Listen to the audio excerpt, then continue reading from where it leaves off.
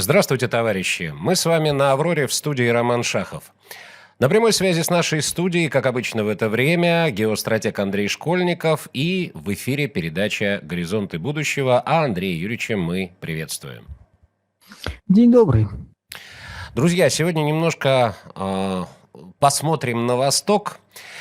Дело в том, что Андрей Юрьевич написал пост, причем такой достаточно обширный, в двух частях, про Китай. Он там назвал это достаточно иронично, но я хочу как раз не про китайское барахло, так называемое, которое стало уже притчей во языцах, говорится на протяжении последних скольки там лет 30, может быть, уже даже больше, просто может быть, вот этой вот, что ли, иллюзии о том, что Китай такой сильный, такой мощный, хотя, наверное, это так и есть. И тем не менее, вот в этом посте, в этой заметке Андрей Юрьевич говорит о том, что в Китае не все так гладко и не все так интересно. Более того, в дальнейшем Китай ждут очень большие проблемы. Я вот хочу просто спросить, действительно ли это так? И это от меня личный один вопрос. Если будет возможность, о нем тоже поговорим. Вот очень многие говорят, вот в Китае есть смертная казнь за коррупцию, за взятки и не только. И тем не менее, там все равно продолжается коррупция и взятки. Но у меня тогда другой вопрос. Ребят, но они же не отменяют смертную казнь. Вот об этом, обо всем. Вот почему они тогда не отменяют эту смертную казнь. Но это уже, я говорю, если у нас останется время, мы об этом поговорим. А сейчас просто, что же все-таки Китай? Это великая иллюзия или все-таки это великая китайская стена и мощная экономика, которая уже вот на протяжении последних десятилетий проявляет себя, ну, скажем так, с самой лучшей стороны? Андрей Юрьевич. Ну, Роман, давайте поговорим, начнем все-таки со смертной казни, поскольку прекрасно. тема интересная и тема спорная, есть много, соответственно, всевозможных на эту тему спекуляций, манипуляций. И когда мы начинаем говорить, у нас есть такое понимание, как морально-нравственное, духовное. Поскольку большая часть, ну, во-первых, тут два есть аргумента. Первые начинают спекулировать, говорить, ссылаться на морально-нравственные вопросы. Вторые начинают рассуждать о шансе на гибель невиновных, о, соответственно, возможных последствиях, то есть чисто такие юридические. Ну, по юридическим есть довольно большое количество работ, причем это не либеральные вещи, где абсолютно четко виден заказ, а мы говорим о более-менее нормальных статистических исследованиях, где четко видно, что любые подобные вещи проверяются по десятку раз, что именно в спорных моментах суды даже близко не идут на постановку смертной казни, просто понимая последствия, понимая, как это происходит. То есть мы убираем исторические древние времена с элементами террора, с элементами, когда, ну, собственно, там террор, например, был государственной функцией, но просто для той исторической эпохи это было нормой. Это было нормой всеобщей. Оно не вызывало ни у кого удивления, не в том смысле, что было хорошо, а в том смысле, что это было, ну, понятно. Мы можем уйти глубже. Про европейские города, когда мы начинаем смотреть средневековые гравюры, там постоянно в этих гравюрах городов изображены мертвецы. То есть такой культ смерти. Постоянный в разных вариантах повешенных, убитых. Вот это вот все происходит, называется. То есть как бы тут другое. Вопрос, если вы, называется, начинаете смотреть юридически, смотрите статистику, смотрите разборы, где 90 вот эта вот куча, и у вас выбор не между хорошим и плохим, у вас между плохим и очень плохим. Где у вас, с одной стороны, находятся вопросы, ну, собственно, как оно, почему шанс одного другого с последствиями. Вы же, когда людей загоняете на пожизненное, но это не самое, скажем так, для общества, это, да, эти люди изолируются, эти люди продолжают жить, еще какие-то моменты, ну, то есть там много чего. Дальше, когда мы начинаем смотреть морально-нравственные вопросы, ну, спросите, как к этому относится церковь, какая у нее позиция. Вот морально-нравственные должны быть с той позиции. И вы видите, что там не месть, там абсолютно другие принципы, что православная церковь видит в вопросах наказания. Другие религии, скажу, мягко скажем так, как тавтология не мягче. Именно в отношении, именно в позиционировании. Поэтому, рассуждая о неких сферических конях в вакууме, что вот возможны ошибки, и они были там 100 лет назад, вот оно вот разобрано, и поэтому давайте мы уберем эту меру наказания, плюс эта же мера наказания, чем она чудна? То, что у нас она была уничтожена так же, как и конфискация.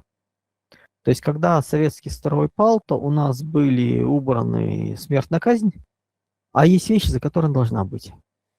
За терроризм. Все, там нет обратного пути. Мы не должны издеваться над людьми. Мы как общество, даже над самыми мерзкими преступниками, не должны издеваться. Вот это вот есть, собственно говоря, потеря себя. Но если мы понимаем, что это необратимо все, терроризм, причиненный бед, вопросов никаких. Преступления сексуального характера по отношению там убийства и прочее там в отношении детей и прочее. Но этот человек, он не может никогда вернуться в общество. Если человек при любых раскладах не может вернуться в общество, у него нет такой возможности. Что это? Он может раскаяться, но у него не может быть покаяния. Зачем тогда это все? Насладиться местью, что им еще так хуже? Ну, давайте людьми оставаться. Мы себя можем потерять. Все, то есть человек полностью ушел из человеческого общества. Вообще. Вот тогда пусть уходит. Он натворил столько зла,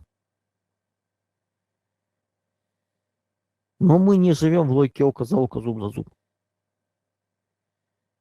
Но вот эти особенности элемента, ну плюс юридические, были несколько лет назад у Дмитрия Макаренко был как раз диалог по поводу, как раз не разбираясь с точки зрения духовного, я не вспомню сейчас называется, как оно с кем было по поводу как раз, как церковь смотрит на это, каковы вопросы юридические. Там неплохо было разобрано. В принципе, у священников тоже это все разобрано. То есть смотрите там. Не пытайтесь подходить к сложным вопросам морально-нравственным с точки зрения обывательской логики. А если начинаем подходить, тогда смотрите альтернативы. Андрей Юрьевич, я вот только уточню, да, вот по поводу преступлений на сексуальной почве, особенно в отношении детей. Вы за смертную казнь или все-таки оставить его, чтобы он...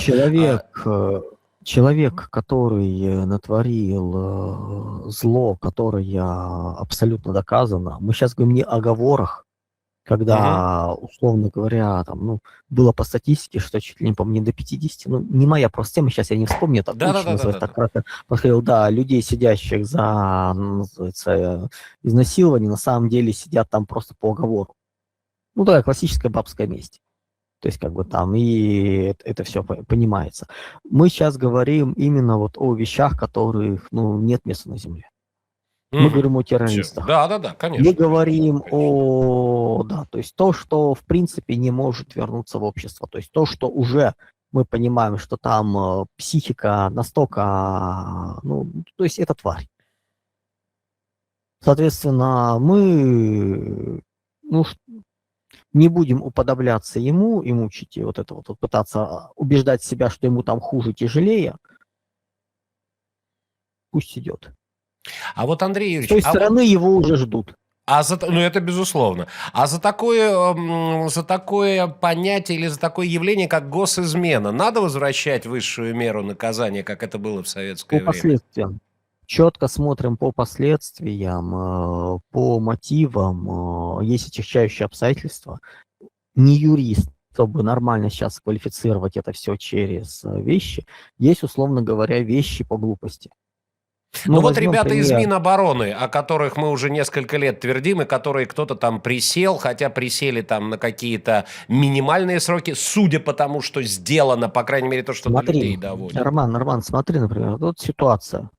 Берем какого-нибудь, не знаю, там, программиста, Мгм. который просто вот сейчас вот в условиях, ну, многие программисты, они, скажем так, еще хорошие программисты, глубоко мощные, они, мягко скажем так, интроверты, а то называется и глубже уходящие в себя. Может не понимать ситуации происходящего. Он мог просто взять, например, какой-то кусок кода, перекинуть через облачные сервисы. Ну вот быстрее надо, еще какие-то моменты, не понимая последствий. Да, он подписывал, например, там куча документов. Ну вот сделал. Формально, по факту, это измена родине. Нарушение, Ну, да. потому что это ушло, да, то есть это вот нарушение. Но мы понимаем, что это даже близко, то есть тут вопрос условий объяснения, тут вопрос даже не к нему, вопрос к людям, которые его опекали, и почему такую систему создали, как это вообще получилось. То есть вот такой может быть вопрос. То есть тут квалификация необходима. А есть, когда человек сознательно, когда в результате действий человека понесен и людской ущерб, и материальный, то есть и многие еще погибли при этом. То есть какой-нибудь предатель, который сдавал, например, наших агентов, который работал на создание там, террористических угроз. Работая. Ну, условно, вот сейчас же все вот по Западу, мы понимаем, откуда многие растут, многие всяких планов. И вот человек сдавал, например, материалы, которые там были использованы. То есть как бы сознательно, понимая последствия. Ну, такая измена родине, да. То есть тут четко нужно вот собственно говоря, делить. И это не простой вопрос, то есть это уже вопрос именно юридический, как это все прописать, как это все сделать, какова должна быть правоприменительная практика.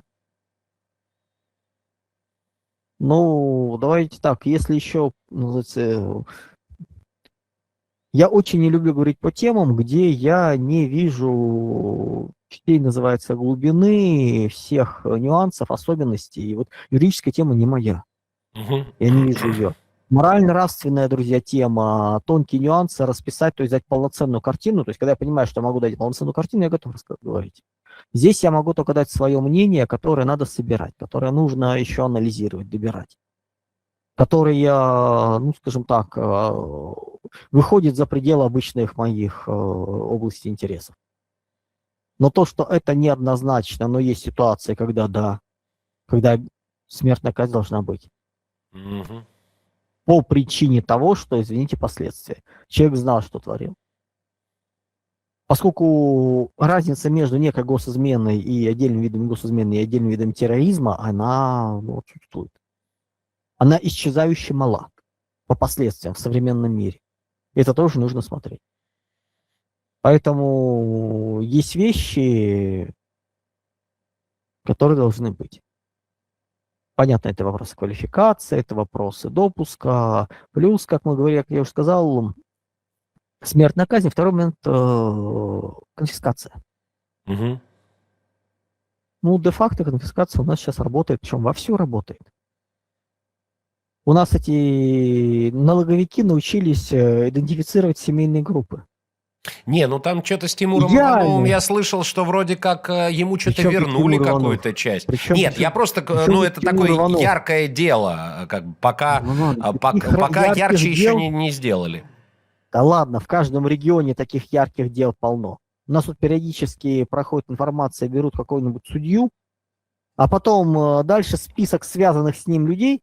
Вы просто откройте и посмотрите Самое решение. интересное это список, Там это десятки, цепочка. Да, самое там интересное. десятки людей, которых объединяют в семейные группы, налоговики, по принципам доходов, расходов, единого ведения деятельности, конфискация идет по всем. Вот по всему вот этому. Вывести деньги, спрятать не получится. Это все замечательно отслеживается. Вы захотите кому-нибудь из родственников, чтобы он там заплатил, за что-то большое купил. И удивляетесь, а почему нет вопросов? У финмониторинга, у других вопросов. Почему эти деньги проходят? Вы вроде их, вроде называется, вы ему наличкой дали, он наличкой внес. Ну, потому что вы проходите как член семейной, называется, группы, вот видно, откуда источники дохода, они суммируются, смотрятся.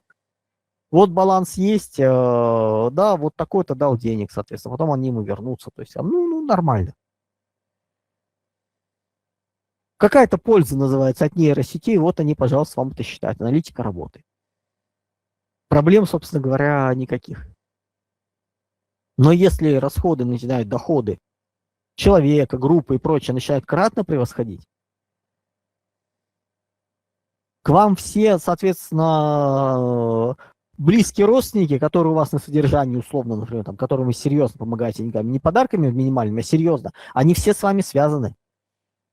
Все любовницы, все, соответственно, уксы, которых пытаетесь привязать, они все с вами связаны в этих системах. И когда в рамках вот этой вот группы сформированной выскакивает многократное расхождение доходов и расходов, вот тогда начинаются вопросы.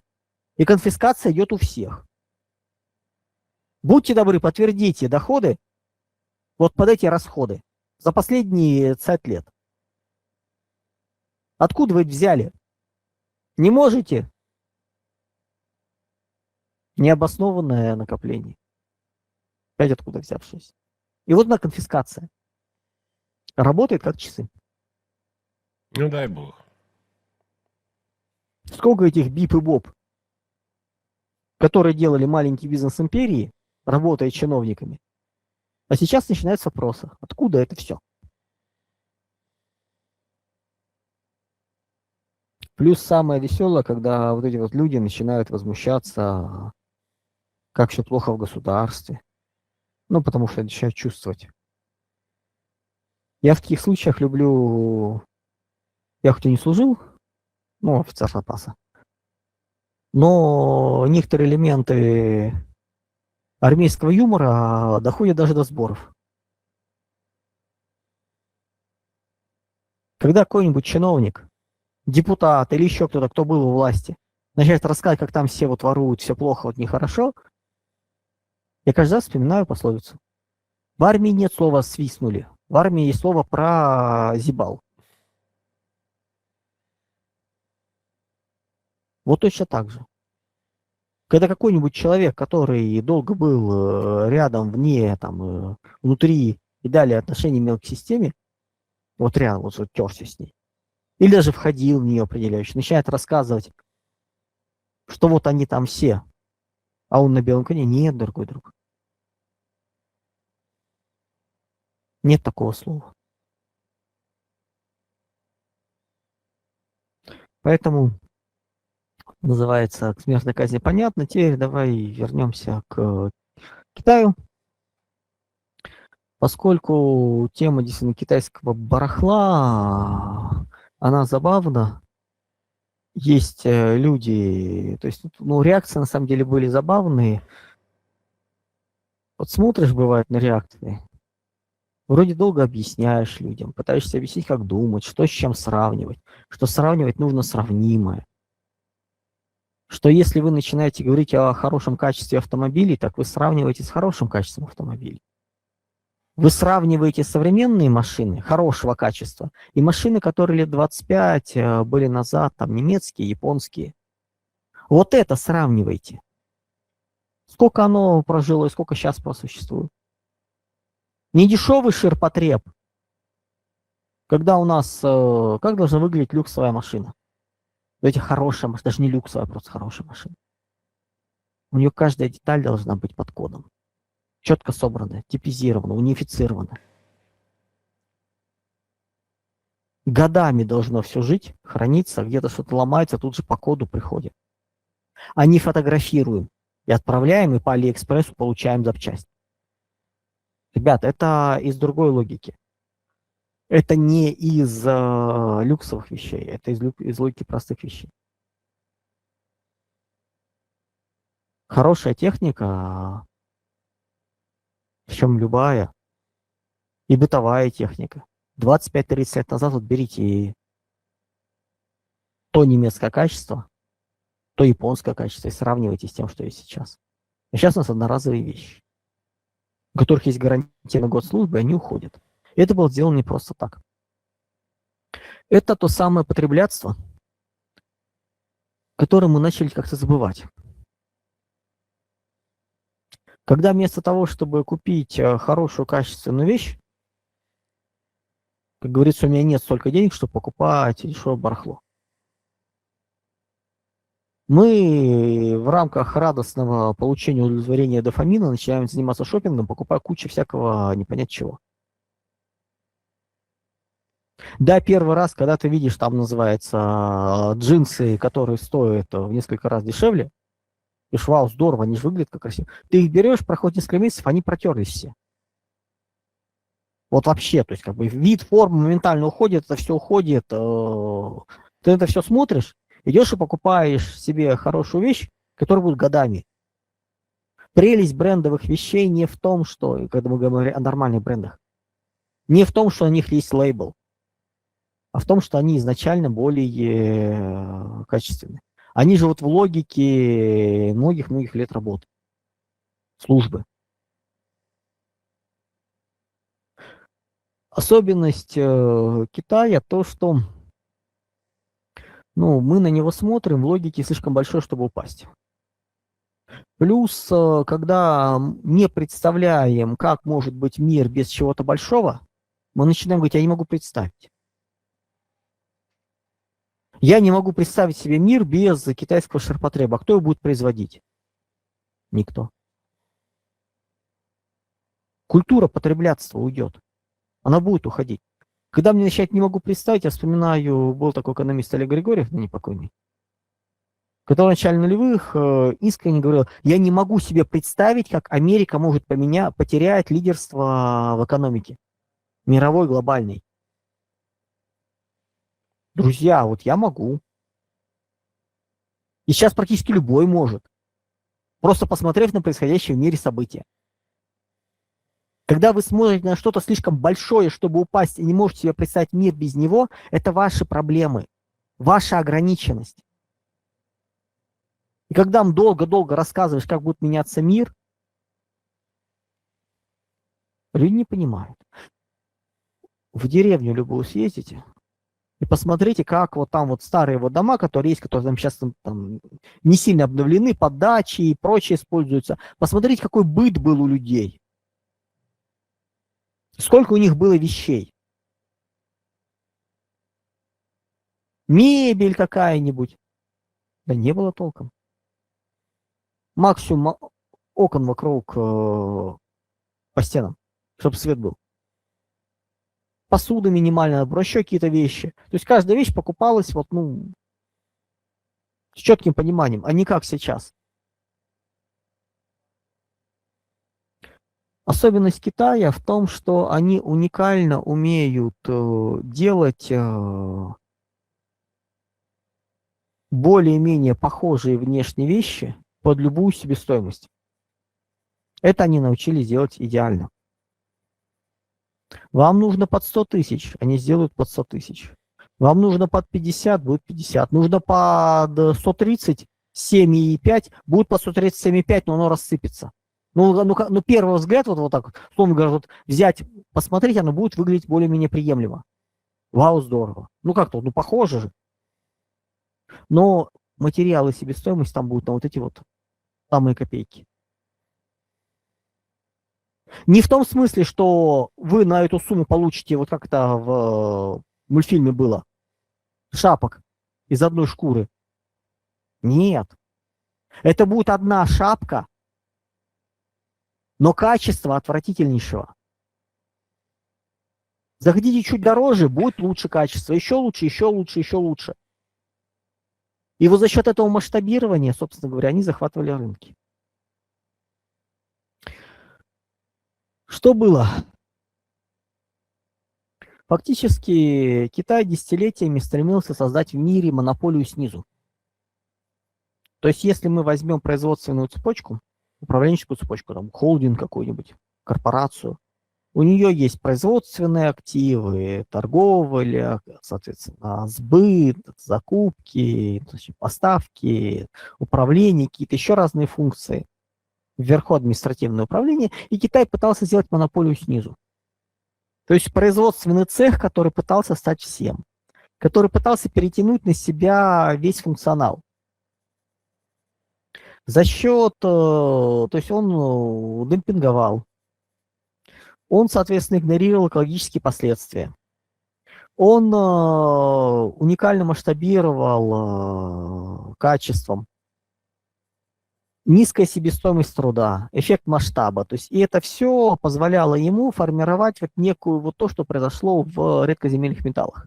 70% добычи концентрата у Китая, 90% в переработке. Не потому, что это уникальные технологии, не потому, что это прибыль и прочее.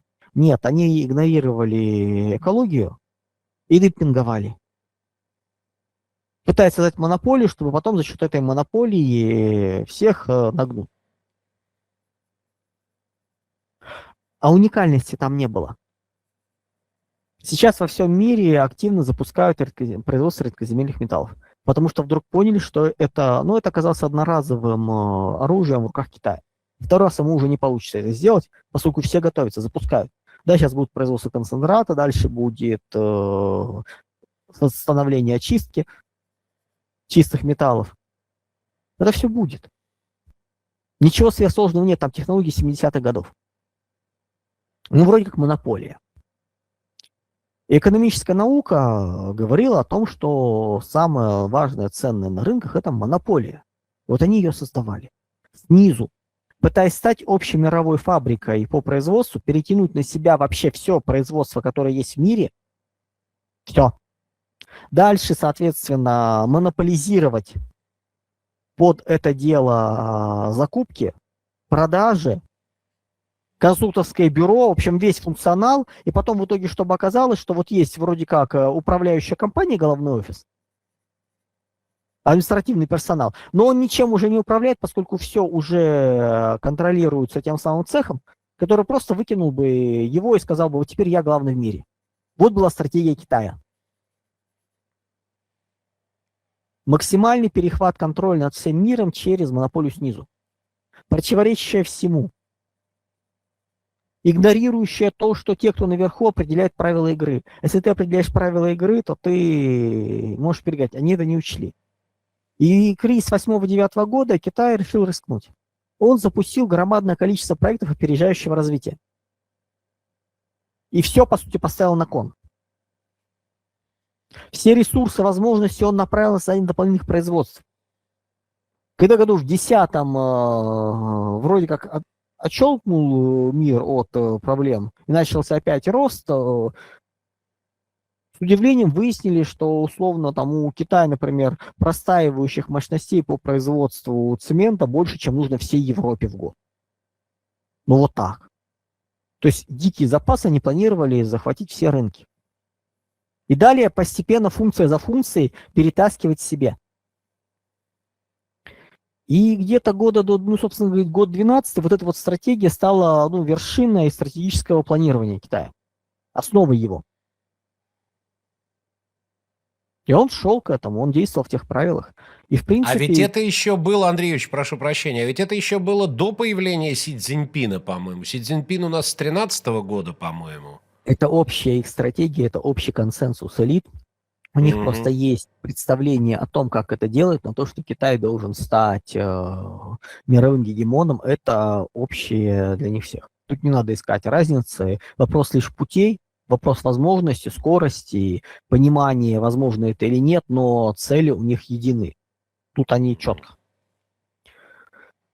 Неважно, кто они там, комсомольцы, военные, шанхайцы, всевозможные местные, провинциальные, неважно, они идут.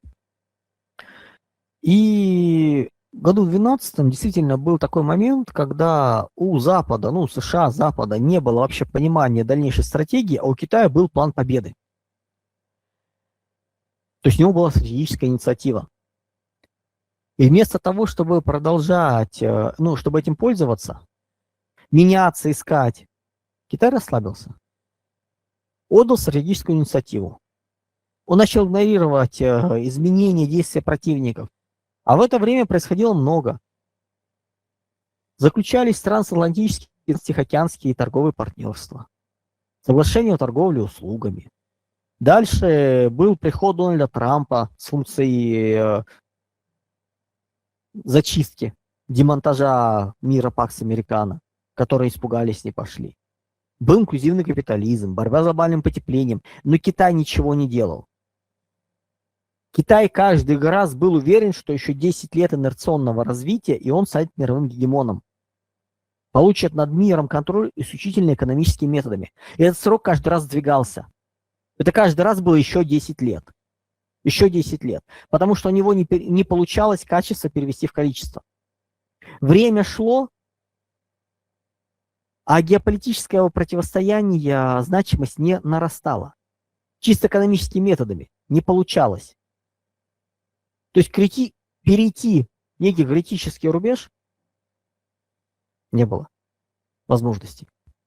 И они все сильнее сталкивались с различными препятствиями.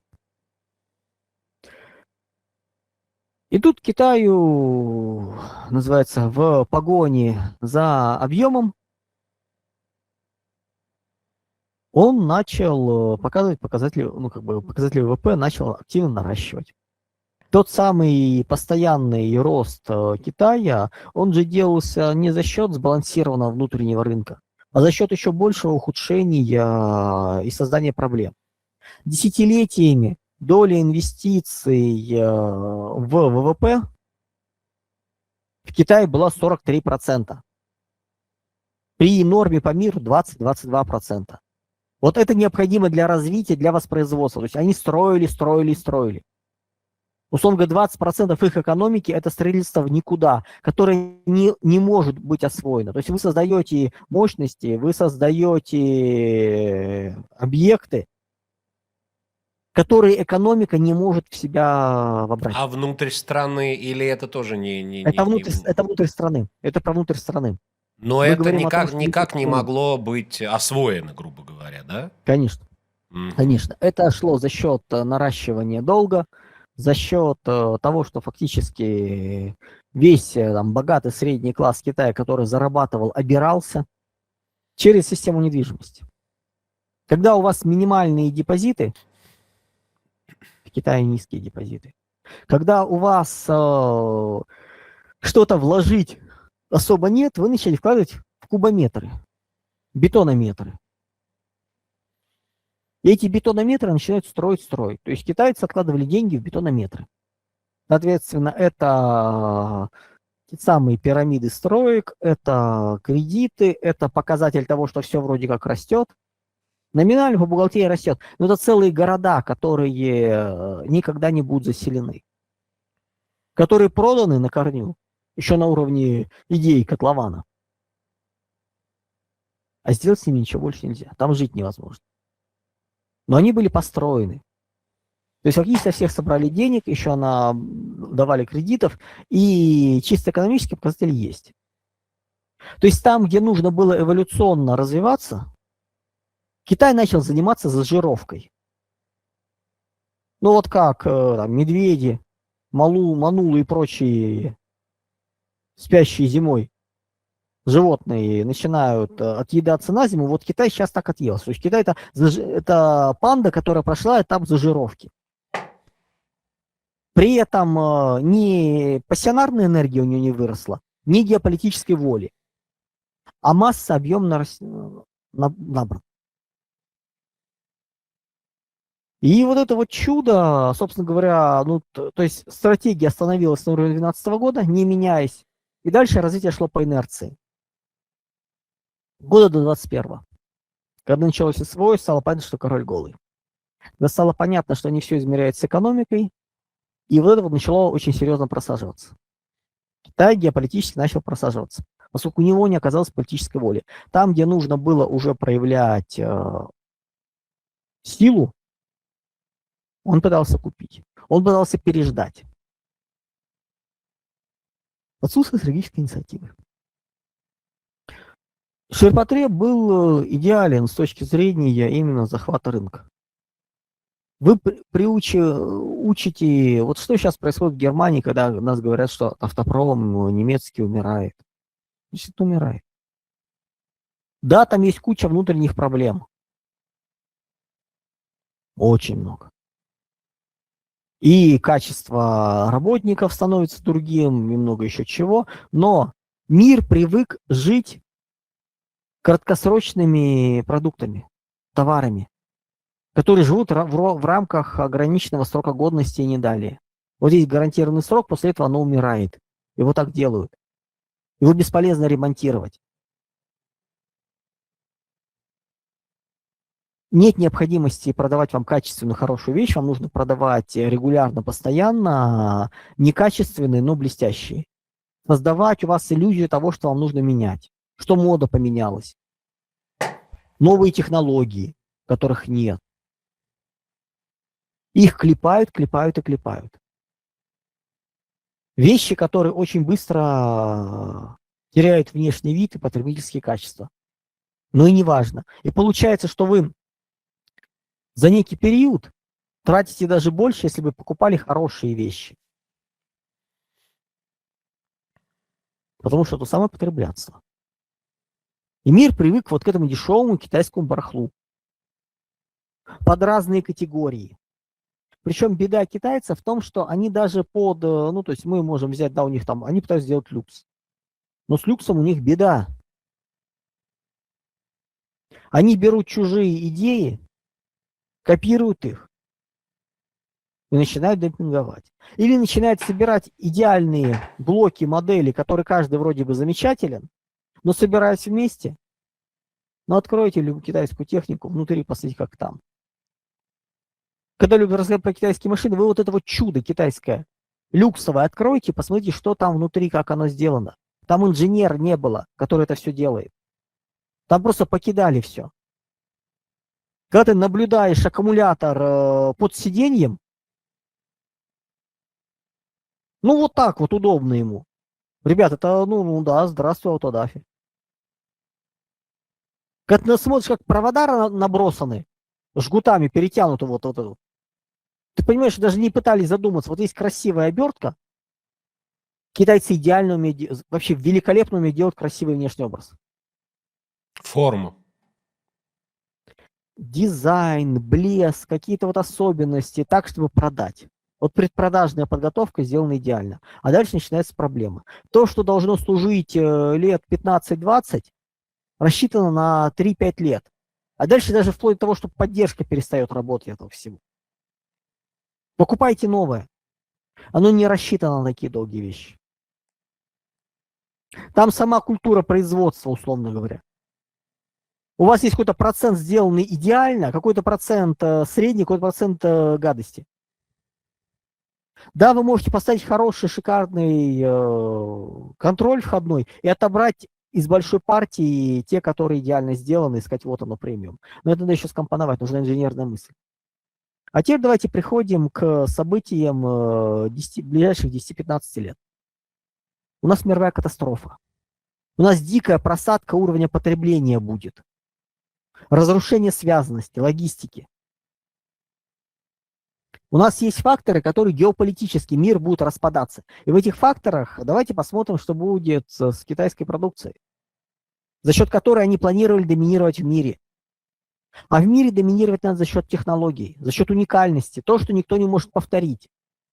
То, что при желании могут повторить, пусть и дороже, это не доминирование. Это вопрос называется, когда этот вопрос станет стратегическим. Первое, что у нас есть, высокотехнологичные передовые виды продукции. Авиация, космос, ядерные технологии. Они у Китая есть, они у Китая будут. Как же это Они нет? двигатели. А как же они Что у них есть? собираются вообще существовать? Так же, как и сейчас, шпионить, покупать, выменивать продукт, как бы, технологии, доводить их до совершенства, но не имея возможности развить и использовать. Верх 4-го технологического уклада. Авиационная отрасль. Россия смогла ее возродить и локализовать. Больше никто в мире локализовать ее не может. И Boeing, и Airbus – это дикая кооперация всего мира. Где-то дело локализовать ни у кого не получится подход. Китай долгое время пытался красть двигатели. Мы им предлагали. Был проект. гражданского самолета. Мы предлагали ставить туда наши двигатели. Мы сказали, нет. Мы сказали, как, давайте делать совместный выпуск, и двигателей в том числе, всего вот этого того, что нужно. Но тогда у этой компании совместно будет открыт внутренний рынок Китая. Мы будем туда же поставлять продукцию. Потому что сказали, нет, мы готовы купить у вас сделали какую-то вот наработку, мы готовы всю документацию у вас купить, ну, подешевле, и выпускать все сами. И сами поставлять свой рынок. Ну, это же важно. Торговля важна. В их понимании красивые идеи мало чего стоят. А вот каллиграфическое выверенное повторение, оно идеально. А вы им пытаетесь продать новый вид. Не, не готовы вас купить, вот все, и больше нет, но не готовы вас покупать постоянно. Мы сказали, нет, спасибо. CR979, по-моему, самолет как раз тот был. Или CRC979. Хорошо. Мы двигатели сделали, запускаем их сейчас в серию. Оттестировали. А китайцы для своего самолета вынуждены сейчас покупать двигатели на Западе. Четко прекрасно понимая, что в любой момент могут отключить. Мы теперь готовы продавать им двигатели. Не партнерство, а торговля. Вы хотели торговлю, получите ее. Так во всем. Современные истребители пятого поколения китайские летают на двигателях поколения 4-. Это экспортный вариант наших двигателей. Экспортный. Они его скопировали. Внешне один в один. По часам в 7 раз хуже. Ну, потому что там технологии производства другие. Несколько десятилетий пытаются повторить, не могут. Реально космическая программа Китая строится на двигателях РД-120. Переименованных. Это двигатели еще с Днепропетровска.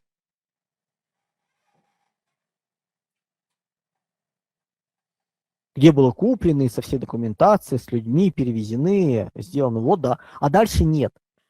Все, что называется лучше, это наши экспортные варианты. По-моему, РД-170.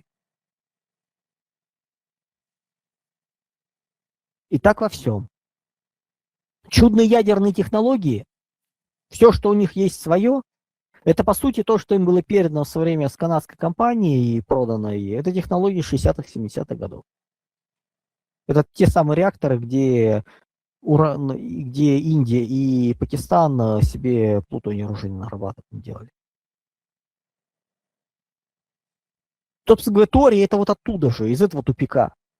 Все посмотрели, посчитали энергетический баланс, сказали спасибо, не надо. Если выход энергии в 4-5 раз ниже, удачи. У нас по термоядерному синтезу выход энергии, вот тут все, называется, бегают, в Европе, там даже по расчетам получается в 11 раз ниже, чем у замкнутого цикла. Но вы делаете, развлекаетесь. Китай пытается. Высокотехнологичной продукции в условиях мира панрегионов, где будут жесткие границы, у Китая не будет. Он сам будет очень медленно это все делать. В силу культуры, менталитета. Он замечательно копирует, но придумывает он очень тяжко. Это особенности образования. Нужно всю систему образования менять, перекраивать. И здесь бесполезно людей, ученых привлекать. Это как в футбол привести хорошего тренера, а чемпионат у вас никак не вырастет. Все эти разговоры про конкуренцию, про развитие, но если у вас буратино, деревянные, вы чего не делаете с ними, они не превратятся в крылатых пегасов. Они так и есть, деревянные буратино. Как только тренер уедет, поленья опять радостно побегут укладываться рядом с лавочкой.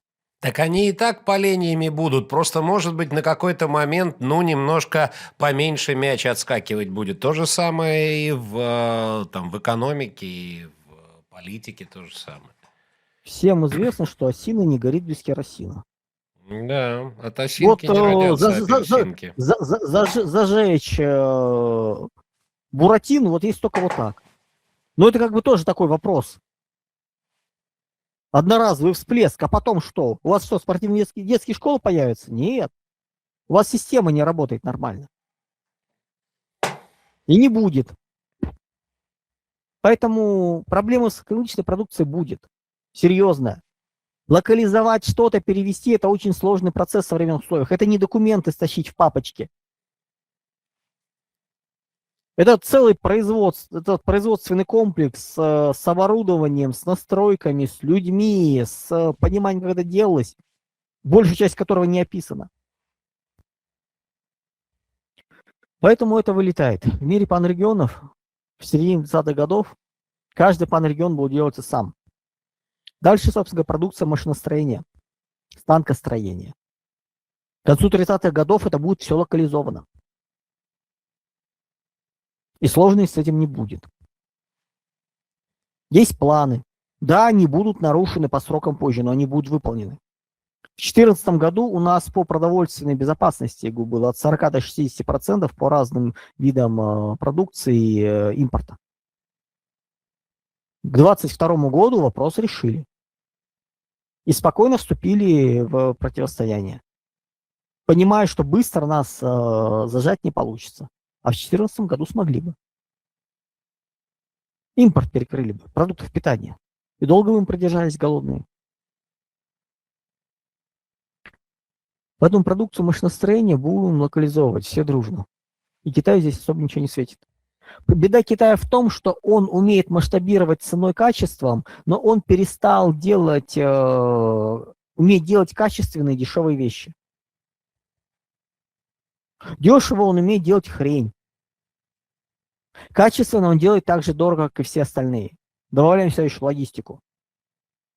Убираем демпинг, который перестает работать в таких условиях. И, друзья, что вы хотите? Делать качественно и дешево, это нужно, чтобы население работало за гроши. Скажу больше, в мире полно стран и территорий, где население хочет работать за гроши, потому что те гроши, которые платят для того, чтобы себестоимость была низкая, для них это очень серьезные деньги. И качество будет не хуже. Это как Индокитай, так и другие территории. Специализация будет развиваться. Большие страны будут в своем окружении создавать такие кластеры. Если это нет необходимости у себя тянуть, соответственно, под контролем у соседей. А если еще и помочь специализацию провести, дать немного денежек и идей, все будет вообще замечательно. И это тоже выпадет. То есть к концу 30-х годов это все перестанет поставляться с китайского рынка. Большие, крупные, развитые страны, метрополии панрегионов, весь панрегион под ним, соответственно, и региональные державы это покупать не будут. Остаются только дикие земли. А много вы техники продадите в Африку. Нет, что-то вы продадите.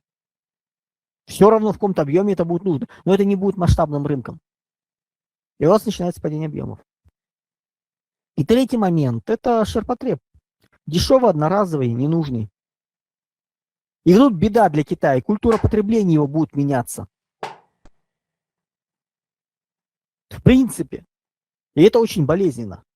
Китай десятилетиями наращивал свою долю в мировом производстве именно за счет искусственного потребления одноразовых и дешевых вещей. Вот сколько у вас есть денег, столько он у вас возьмет и поставит на эту сумму.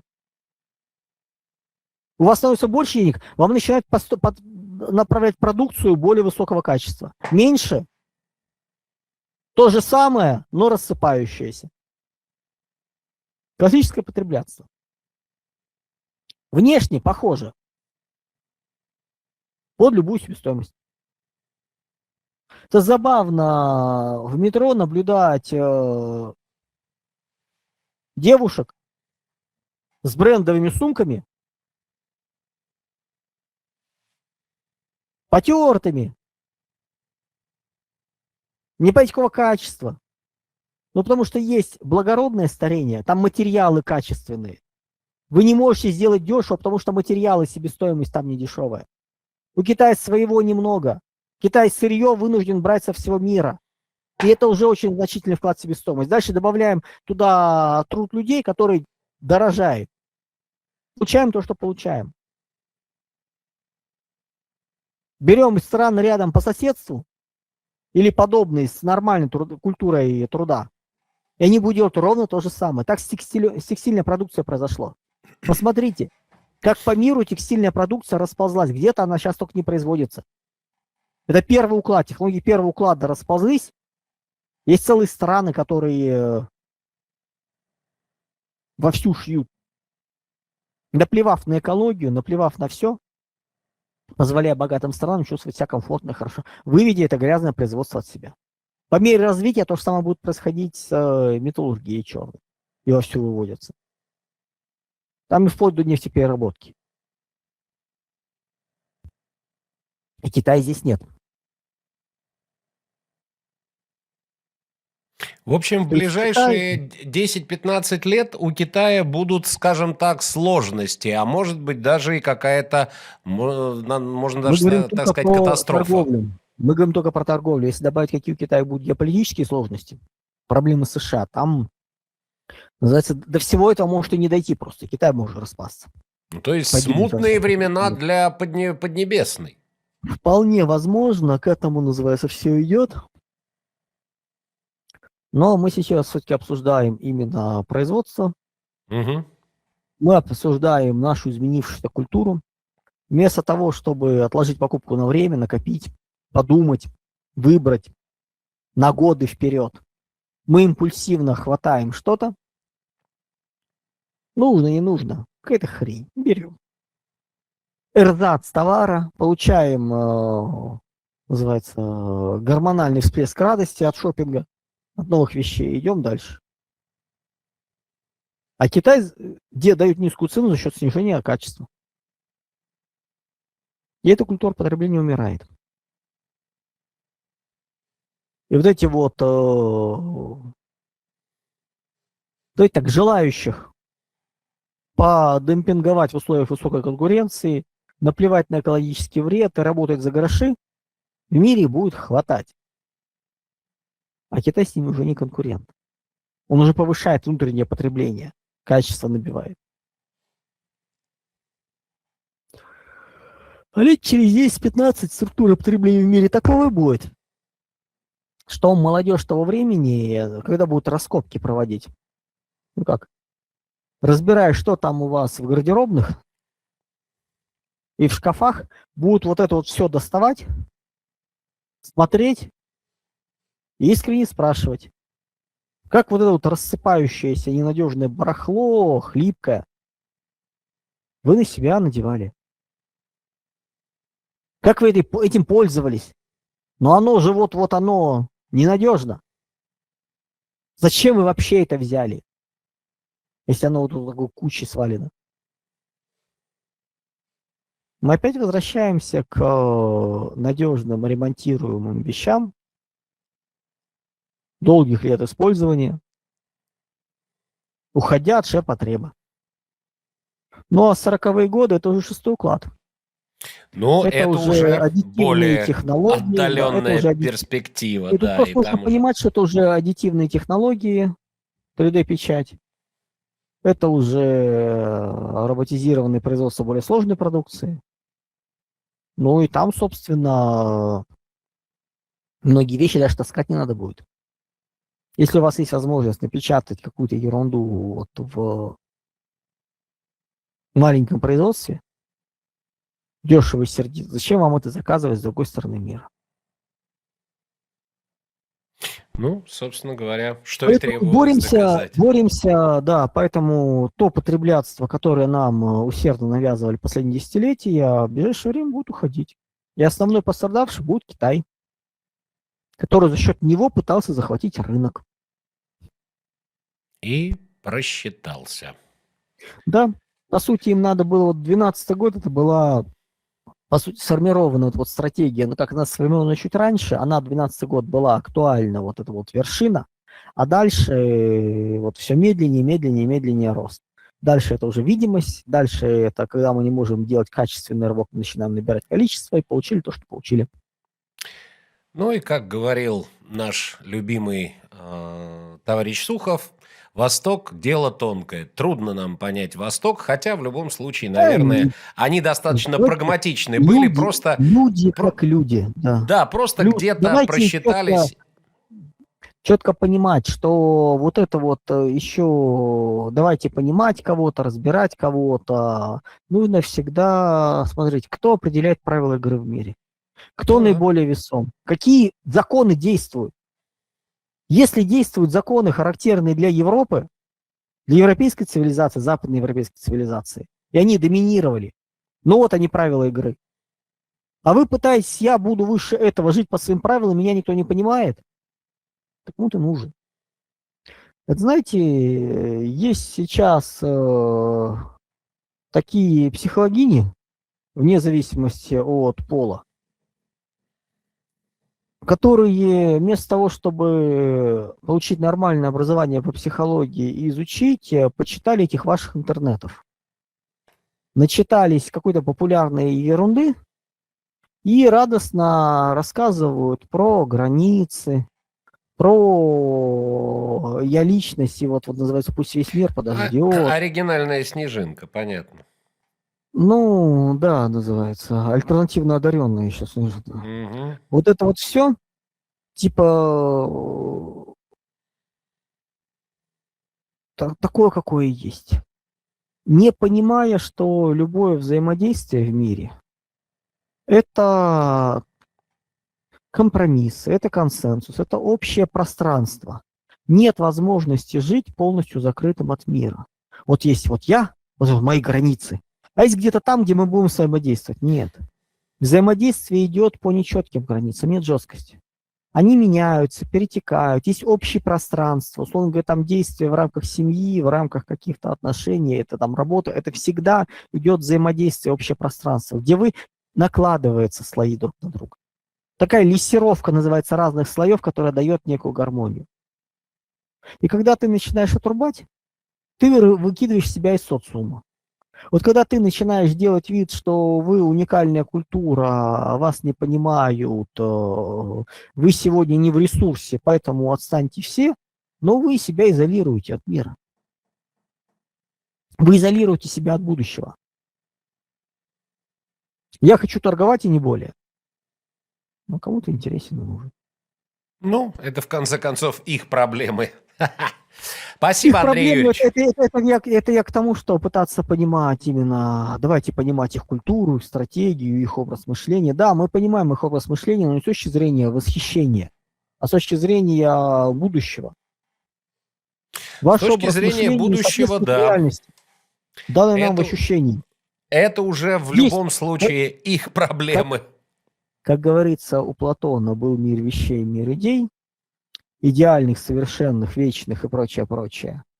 А есть еще не платоновская в альтернативно одаренном смысле философия, где есть еще мир неадекватных идей.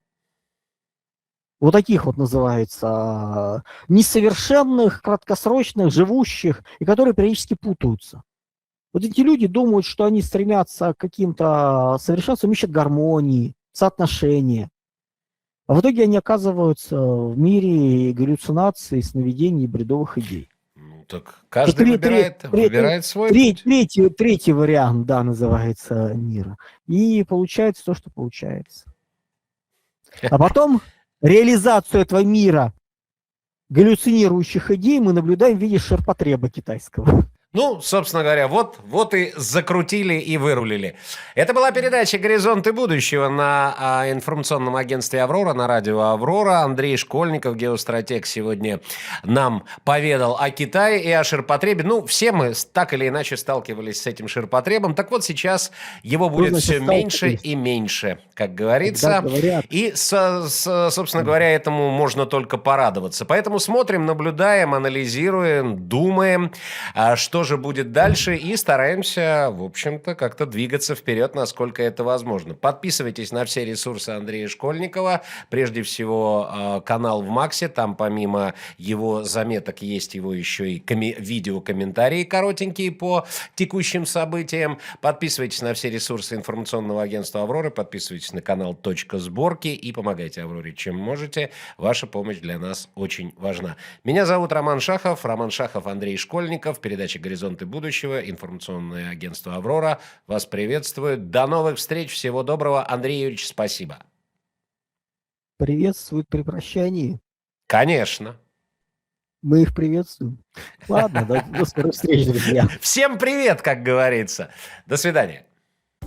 Добро пожаловать в мир прогрессивных решений и надежных партнеров. «Аврора» представляет компанию «Акнотика», меняющую правила в мире оконного сервиса и следующую тем же ценностям, что и коллектив нашего информационного агентства. «Акнотика» — это новое слово в остеклении объектов любой сложности. Прямая связь с руководителем. Честность, надежность и открытость команды которого меняют индустрию установки окон, предлагает двойной срок службы конструкций по цене прошлого года. Пригласите для расчета стоимости специалистов 3 компаний, и вы поймете, почему окна «Акнотика» доступнее, чем кажутся. А гарантия 10 лет – не единственное преимущество соблюдения нами всех строительных норм и правил. «Акнотика» – надежно, доступно, в срок. Ссылка в описании.